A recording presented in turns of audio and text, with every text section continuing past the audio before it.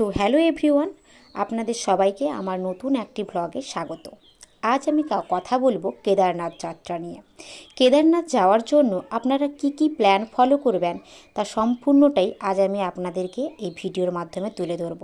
প্রথমত, কিভাবে রেজিস্ট্রেশন করবেন, কিভাবে এবং কখন ট্রেনের টিকিট বুক করবেন এবং কখন যাত্রা শুরু করবেন, কোথায় থাকবেন, কি কি সতর্কতা মেনে চলবেন তা আপনাদের সাথে এই ভিডিওতে আমি শেয়ার করব। তো প্রথমত আমি শেয়ার করব কিভাবে আপনারা রেজিস্ট্রেশন করবেন। 2025-এ 2 মে থেকে কেদারনাথ খোলা হয়েছে ভক্তদের জন্য। এই কেদারনাথ যাওয়ার জন্য রেজিস্ট্রেশন কিন্তু বাধ্যতামূলক। কেদারনাথ ঘুরতে গেলে রেজিস্ট্রেশন আপনাকে অবশ্যই করতে হবে, কিন্তু এই 2025-এ এসে রেজিস্ট্রেশনের কিছুটা পরিবর্তন করেছে উত্তরাখণ্ড সরকার। যে কোনো জায়গায় অফলাইন এবং অনলাইন দুইভাবেই রেজিস্ট্রেশন করতে হয়, কিন্তু আপনারা যদি চেষ্টা করেন তাহলে অফলাইন রেজিস্ট্রেশনই করবেন। অফলাইন রেজিস্ট্রেশন না করে অফলাইনের থেকে অনলাইন রেজিস্ট্রেশন করাটা খুবই সুবিধাজনক। তাই গুগলে গিয়ে Uttarakhand tourist care uk.gov.in type করলেই প্রথমে উত্তরাখণ্ড গভর্নমেন্টের ওয়েবসাইটে চলে আসবে। ওই ওয়েবসাইটে গিয়ে আপনারা আধারের সাহায্যে রেজিস্ট্রেশন করে নিন। দ্বিতীয়ত, ট্রেনের টিকিট কিভাবে বুক করবেন। টিকিট বুক করার জন্য আপনারা IRCTC বা টিকিট কাউন্টারে গিয়েও বুক করতে পারেন, তবে IRCTCর সাহায্যে করলে আপনাদের অনেক সুবিধা হবে। IRCTCতে প্রায় সকাল 8টা থেকে স্টার্ট হয়ে যায় এবং প্রায় 2 or 3 সেকেন্ডের মধ্যেই টিকিট বুক হয়ে যায়। এক্ষেত্রে বলে রাখি, আমরা প্রায় 5-6 বার টিকিট কাটার পর 7 বারে এসে সফল হয়েছি। তাই যত দেরি করবেন তত বেশি ওয়েটিংয়ে থাকবেন।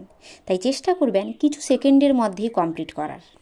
আশা করছি আমার দেওয়া এই তথ্যগুলি আপনাদের খুবই সাহায্য করবে এবং আপনাদের যাত্রা আরও সুগম করে তুলবে। তাহলে চলুন আমাদের যাত্রাপথের কিছু কাহিনী আপনাদের সাথে শেয়ার করি। 19 মে 2025, রাত তখন 3টে। বাড়ির সবাইকে প্রণাম করে আমরা 8 জন রওনা দিলাম আমাদের ড্রিম ডেস্টিনেশন কেদারনাথের উদ্দেশ্যে। আমাদের স্টেশন হিজলি থেকে ডেস্টিনেশন ঋষিকেশ। 2013 কিমি পথ, প্রায় 42 ঘন্টার জার্নি শুরু করলাম। এই 42 কিমি পথ অতিক্রম করে আমরা পৌঁছলাম ঋষিকেশে। ঘড়িতে তখন রাত 9টা।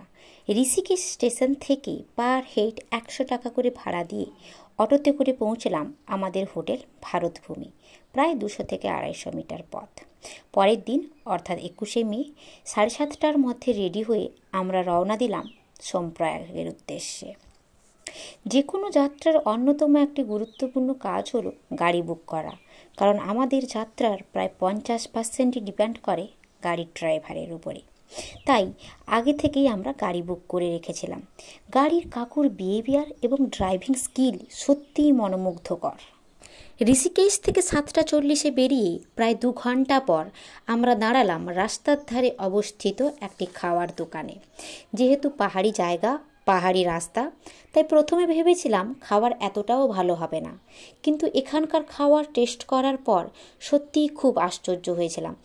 একদম বাড়ির মতো খাবার। দোকানের মন ভালো করা ঘরোয়া খাবার এবং সিনারি উপভোগ করে আমরা রওনা দিলাম ঋষিকেশ থেকে 72 কিমি দূরে অবস্থিত দেবপ্রয়াগের উদ্দেশ্যে। এবং রাস্তায় যেতে যেতে আরও যা যা সিনারি পার্ট পড়ে অবশ্যই সেগুলো দর্শন করে যাবেন। দেবপ্রয়াগ, যা অলকানন্দা এবং মন্দাকিনী নদীর মিলনস্থল, দর্শন করে আবারও রওনা দিলাম রুদ্রপ্রয়াগের উদ্দেশ্যে। রুদ্রপ্রয়াগে ভাগীরথী এবং মন্দাকিনী নদীর মিলনস্থল দেখে সোজা রওনা দিলাম সোনপ্রয়াগ। সোনপ্রয়াগে গাড়ি থেকে নেমে পার হেড 50 টাকা দিয়ে বুলেরোতে এসে পৌঁছলাম গৌরীকুণ্ড। বলে রাখি প্রথমেই, সোনপ্রয়াগ থেকে গৌরীকুণ্ড এই যে বুলেরোতে আসবেন, সেখানকার পাহাড়ি রাস্তা খুবই দুর্গম। একটা গাড়ি পারাপারের জন্য প্রায় রাস্তা, আর পাশেই খাদ। বুলেরো থেকে নেমে পায়ে হেঁটে 10-15 মিনিট পর পৌঁছালাম হোটেলের সামনে। যেহেতু এখানকার অধিবাসীরা 6 মাস ইনকাম করেন এবং বাকি 6 মাস ওই 6 মাসের ইনকাম দিয়েই জীবনযাপন করেন, তাই এখানে সব কিছুরই দাম বেশি, খাওয়ার থেকে শুরু করে হোটেল পর্যন্ত। গৌরীকুণ্ডে হোটেলে রাতে বিশ্রাম নিয়ে পরের দিন অর্থাৎ 22 মে কেদারনাথের উদ্দেশ্যে পায়ে হেঁটে যাত্রা শুরু করলাম 3:30 নাগাদ। উপরে একটি রাত কাটানোর জন্য কাঁধে পোশাক নিয়ে লাঠির সাহায্যে ওপরে ওঠা শুরু করলাম।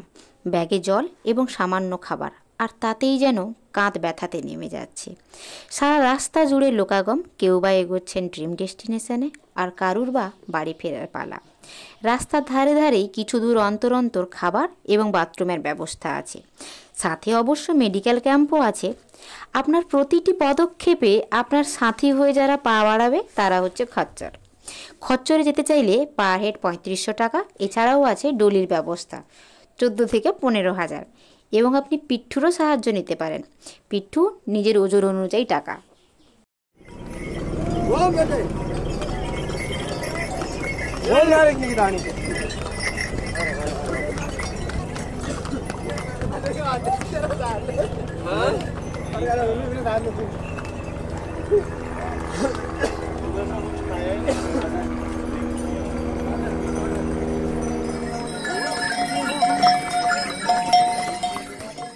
যাত্রা শুরু করেছিলাম রাত 3:30 নাগাদ, আর ঘড়িতে এখন সময় সকাল 10:30। ওপরে উঠলে সবার প্রথমে যেটি নজরে আসবে সেটি হলো হেলিপ্যাড, আর তার ঠিক পাশেই ফলের দোকান। এখানে একটি আপেলের দাম 100 টাকা। যত উপরে উঠবেন জিনিসপত্রের দামও তত বেশি। যেহেতু আগে থেকেই আমাদের তাঁবু বুক করা আছে, তাই উপরে উঠে আমাদের প্রধান কাজ হলো আমাদের তাঁবুটা খোঁজা। একটি তাঁবুতে 10 জন থাকবে, পার হেড 1000 টাকা করে। অবশেষে দুপুর 1টা নাগাদ পৌঁছলাম মন্দিরে। মন্দিরের ঠিক পাশেই মন্দাকিনী নদীর ব্রিজ পেরোলেই আমাদের তাঁবু। রাতে অবশ্য খাবারেরও ব্যবস্থা আছে। যেহেতু এখানে রাতে মাইনাস টেম্পারেচার হয়, তাই তাঁবুতে খাওয়ার পর গরম জলেরও ব্যবস্থা আছে। এবার আসি মন্দিরের কথায়। কেদারনাথ মন্দির সম্পর্কে আমরা কম বেশি অনেকেই জানি, কিন্তু এই মন্দিরের কিছু রহস্য যা বিজ্ঞানীদেরকেও হার মানায়। এই মন্দির মাত্র 6 মাসের জন্য খোলা হয়, আর বাকি 6 মাস প্রবল তুষারপাতের জন্য বন্ধ থাকে। কিন্তু আশ্চর্যের বিষয় হলো 6 মাস প্রবল তুষারপাতের পর যখন মন্দিরটি খোলা হয়, তখন দেখা যায় 6 মাস আগে জ্বালিয়ে রাখা প্রদীপ একইভাবে জ্বলছে। 2 নম্বর, 2013 সালে বিধ্বংসী হড়পা বানে সমগ্র কেদারনাথ লণ্ডভণ্ড হয়ে গেলেও এবং মন্দিরের আশেপাশে গড়ে ওঠা বহু বাড়ি ভেঙে গেলেও মন্দিরের কিন্তু বিন্দুমাত্র ক্ষতি হয়নি। হড়পা বানের সময় পাহাড় থেকে বিশাল আকার পাথর এসে মন্দিরের পেছনে এমনভাবে আটকে যায়, যার ফলে হড়পা বানের জল 2 ভাগে ভাগ হয়ে যায় এবং মন্দিরটি রক্ষা পেয়ে যায়। সেই কারণে এই পাথরকে আজও দেবতা জ্ঞানে পুজো করা হয়, অর্থাৎ ভীমশিলা রূপে পুজো করা হয়। কেদারনাথ মন্দিরে সকালের আরতির সময় ভোর 4টে থেকে 7টে পর্যন্ত, এবং মন্দির দর্শন 7টে থেকে বিকেল 3টে পর্যন্ত। বিকেল 3টে থেকে সন্ধ্যে 5টা পর্যন্ত আফটারনুন ব্রেক থাকে। তারপর ইভিনিং দর্শনের জন্য 5টা থেকে 7টা পর্যন্ত মন্দির খোলা থাকে। রাত 3:30 থেকে যাত্রা শুরু করে অবশেষে আমরা 1টা নাগাদ কেদারনাথে এসে পৌঁছলাম, এবং এখন বিকেলবেলা আমরা এসেছি মন্দির দর্শনে। যখন দেখি মন্দিরে অলরেডি সন্ধ্যা আরতি হচ্ছে। সন্ধ্যা আরতি দেখা শেষ হয়ে আমরা মন্দিরে প্রণাম করে আমরা এলাম মন্দিরের আশেপাশটা দেখার জন্য, এবং চোখের সামনেই দেখতে পেলাম ভীমশিলা। আশা করছি ভিডিওতে দেওয়া তথ্যগুলি আপনাদের খুব সাহায্য করবে এবং আপনারা উপকৃত হবেন। দেখা হচ্ছে পরের একটি ভ্লগে।